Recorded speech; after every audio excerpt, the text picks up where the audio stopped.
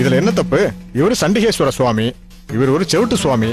நம்ம வேண்டுதல அவரு கேட்கணுங்கிறதுக்காக கை தட்டி கும்பிடுறோம். இதுல என்ன தப்பு? நான் எவ்வளவு பெரியவன், என் வயசு என்ன, 2 தலைமுறையை பார்த்த ஆளு, எனக்கு தெரியாதா? தப்பா நினைச்சுக்காதீங்க. ஒரு விஷயத்த ஒரு தலைமுறையில தப்பா சொல்லி கொடுத்திருந்தா அது தலைமுறையா தொடரும் இல்லையா? அந்த மாதிரி நம்ம ஊர்ல நிறைய நம்பிக்கைகள் இருக்கு, கதைகளும் இருக்கு. ஆனா சில நேரங்கள்ல வாய்மொழி கதைகள் திரிஞ்சு வர்றதும் இல்லையா? இப்போ இங்க சாமியா இருக்கிறவரோட பேரு விசார சர்மன் ஐயா. மணியார் நதிக்கரையில இருக்கிற திருச்செநல்லூர்ல எச்சதத்தன் பவித்ரேங்கிற பிராமண தம்பதிகளுக்கு பிறந்தவர்னு கதைகள் இருக்கு. விசாரணன்னா சந்தேகிப்பவன், கேள்வி கேட்பவன் அர்த்தமா. ஓ, அவர் பேருக்கு ஏத்த மாதிரி நிறைய கேள்வி கேட்பாராம். சின்ன பிள்ளையா இருக்கையில இவர் ஓடி விளையாடிட்டு இருக்கும் போது அங்க மாடு மேய்க்கிற ஒருத்தர் மாடுகளை குச்சி வச்சு அடிச்சு துன்புறுத்துறத பார்த்து மனசு பொறுக்காம இனிமே நானே மாடு மேய்க்கணும்னு மாடுகளை மேய்க்க ஆரம்பிச்சிருக்காரு. மாடுகள் மேல இவர் காட்டின அன்புல உருகி மாடுகள் நிறைய பால் சுரந்திருக்கு.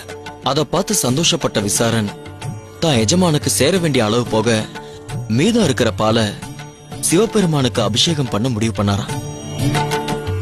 மணியாறுல குளிச்சுட்டு அத்தி மரத்துக்கு கீழே தான் கையால ஒரு சிவலிங்கத்தை வடிச்சு கூடுதலா இருக்கிற பாலை தினமும் அந்த சிவனுக்கு ஊத்தி அபிஷேகம் பண்ணிருக்காரு.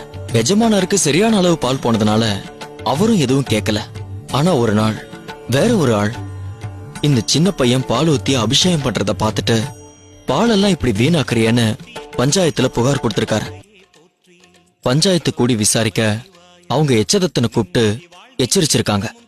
அவமானம் தாங்காம விசாரனோட அப்பா நேரா விசாரணை பார்க்க போனாரா. அங்க விசாரன் சிவலிங்கத்து மேல பாலை ஊத்தி கண்ணை மூடி ருத்ர மந்திரம் படிச்சுட்டு இருந்தாராம். தத்தன் ஒரு குச்சி எடுத்து அவரை விளாசன போதும் விசாரன் தன் தவத்துல இருந்து கண் விழிக்கலையா. கடுப்பான அவரு அப்ப பால் குடத்தை தட்ட காலை ஓங்க கண்முழிச்ச விசாரன் அதை தடுக்க தான் கையில இருந்த குச்சிய வீசினாராம். சிவனோட அருளால அது கோடாரியா மாறி தத்தனோட காலை காயப்படுத்திச்சான். உடனே சிவபெருமானும் பார்வதியும் தோன்ற தான் மேல இருந்த அன்புனால அப்பாவையும் தண்டிக்க துணிஞ்ச விசாரணை கட்டி தழுவி சிவன் தான் தலையில இருந்த கொன்றப்பூவை சூட்டி இன்னையில இருந்து என் சொத்துக்களை நிர்வகிக்கிற சண்டிகேஸ்வரன் சொன்னாரா. ஓ, சின்ன வயசுலயே இவ்வளவு விஷயங்கள் தெரிஞ்சிருக்கு. அப்போ இவரு செவிட்டு சுவாமி இல்லையா? இவரை கைத்தட்டி எழுப்ப வேண்டியது இல்லையா? ஐயா, இவர் கண்ணு முழிச்சு கணக்கு பாக்கிற காவல் தெய்வம். சிவனோட சொத்தை களவாண்ட கூடாதுன்னு உட்கார்ந்து இருக்கிறவர். அதனாலதான் நாம நம்ம 2 கைகளையும் உதறி, ஐயா சாமி, நான் சிவன் சொத்தை எதையும் வீட்டுக்கு எடுத்துட்டு போலப்பான்னு இத பாத்துக்கன்னு உதறி காட்டுறோம். அவர் எப்பவுமே தவத்திலேயே இருப்பாரு. அதனால அவரை தட்டி எழுப்பி உதறி காட்டுறோம். என்ன தம்பி இது? நேர்மையின் சின்னமா பக்தியின் சின்னமா இருக்கிற இவரை பார்த்தா சொடக்கு போட்டு மரியாதை இல்லாம கூப்பிட்டோம். நான் பாதகம் பண்ண இருந்தப்பா, நல்ல வேளை நான் காப்பாத்திட்டப்பா. சிவனே நேர்ல வந்து சொன்ன மாதிரி இருக்குப்பா. ஐயா, பெரிய வார்த்தையெல்லாம் சொல்லாதீங்க. அப்படி இல்லப்பா, இந்த காலத்து பசங்க சினிமா பாக்குறதுல காட்டுற ஆர்வத்தை நம்ம கலாச்சாரத்தை தெரிஞ்சுக்கிறதுல காமிக்கிறதே இல்லப்பா.